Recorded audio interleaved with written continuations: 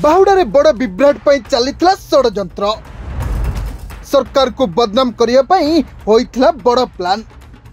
ओडिया को भावावेग सह किए करुची राजनीति किछि ओएस अधिकारी को करथिले कि चला मास्टर प्लान पछरे थिला काहर हाथ जगा प्रधान को आଳରେ जगा को करिथांते कि अपमान आउ केते तळु को खसिबा विरोधी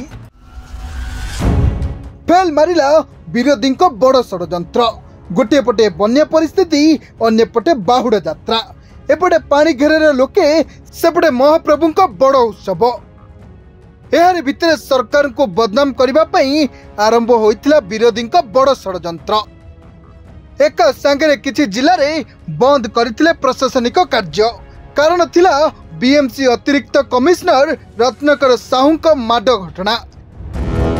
राज्य में किछि ओएस एवं ओआरएस सामूहिक कार्य बंद करी बीजेपी नेता जगन्नाथ प्रधान को गिरफ दाबी करथिले। जो पर्यंत जगन्नाथ प्रधान गिरफ न हेबे सेही पर्यंत काम बंद रहइबो बोली दाबी करथिले। राति पाइले बाहुड़ा यात्रा भावितिले एपरी काम बंद करी बाहुड़ारे सृष्टि करथांते विभ्राट। जगन्नाथ प्रधान को आळ करी बाहुड़ारे सरकार को करथांते फुल टार्गेट हेले सेही सब फसर फाटिगला। विरोधी को मास्टर प्लान राता राति फेल मारिगला। जनता को स्वार्थ पई निजे जगा प्रधान पुलिस थाना रे आत्मसमर्पण कले कहले अधिकारी को कार्य बंद जगू जनता को विभिन्न कार्य प्रभावित होउची बाहुड़ा यात्रा भी प्रभावित हेबो जदि से सब मो गिरफ पर बंद हेबो तेबे मु निजको आत्मसमर्पण करिछु बोली कहछथि जगा प्रधान। तेबे बीएमसी अतिरिक्त कमिश्नर रत्नाकर साहू को जो माने माड मारथिले से मानकु पुलिस पूर्वरु गिरफ करिछि। या पर भी जगन्नाथ प्रधान एई घटना को निंदा करी तदंतरे पूरा सहयोग करिवे बोली कहिथिले।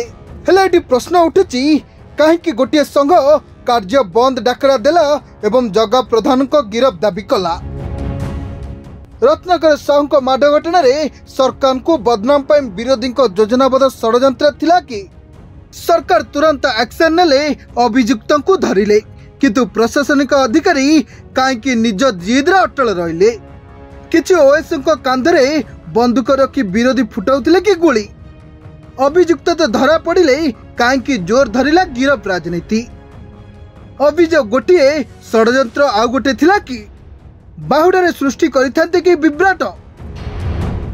विरोधी बदे भाबितिले महाप्रभु को यात्रा रे बीएमसी माड घटना को नहीं किछि विभ्राट सृष्टि कले निश्चित बीजेपी सरकार बदनाम होई जिवो आउ एहार फायदा विरोधी नहीं थांते बोली चर्चा होची। निश्चित भाव में विरोधी दल जहाँ गणमाध्यम आसला जे विरोधी दल मध्य या पछरे से षड्यंत्र थिला से कौन अस्वाभाविकता नहीं मु कहवाई चाहे जी भी विरोधी दल में रहिबो से चाहिबो एभली सुजोग को हाथ छड़ा करबनी न करने चाहिए एणु से दृष्टि से जदि भी करी ताले भी से एक स्वाभाविक घटना बोली भाविया पड़ो किंतु ये जो वार्ता गला आत्मसमर्पण बा करिकी जो गिरफ्तारी वरण कले ता फल विरोधी दलर जो से जो चाहूले खेल खेलवाई से निश्चित भाव में तांकर लोकसान है से क्षति है क्या सरकार से सुजोग देलेनी बा शासन कल से सुजोग से देला नहीं से राजनैतिक पसापाली रे बा राजनैतिक रोटी सेकिबा पई।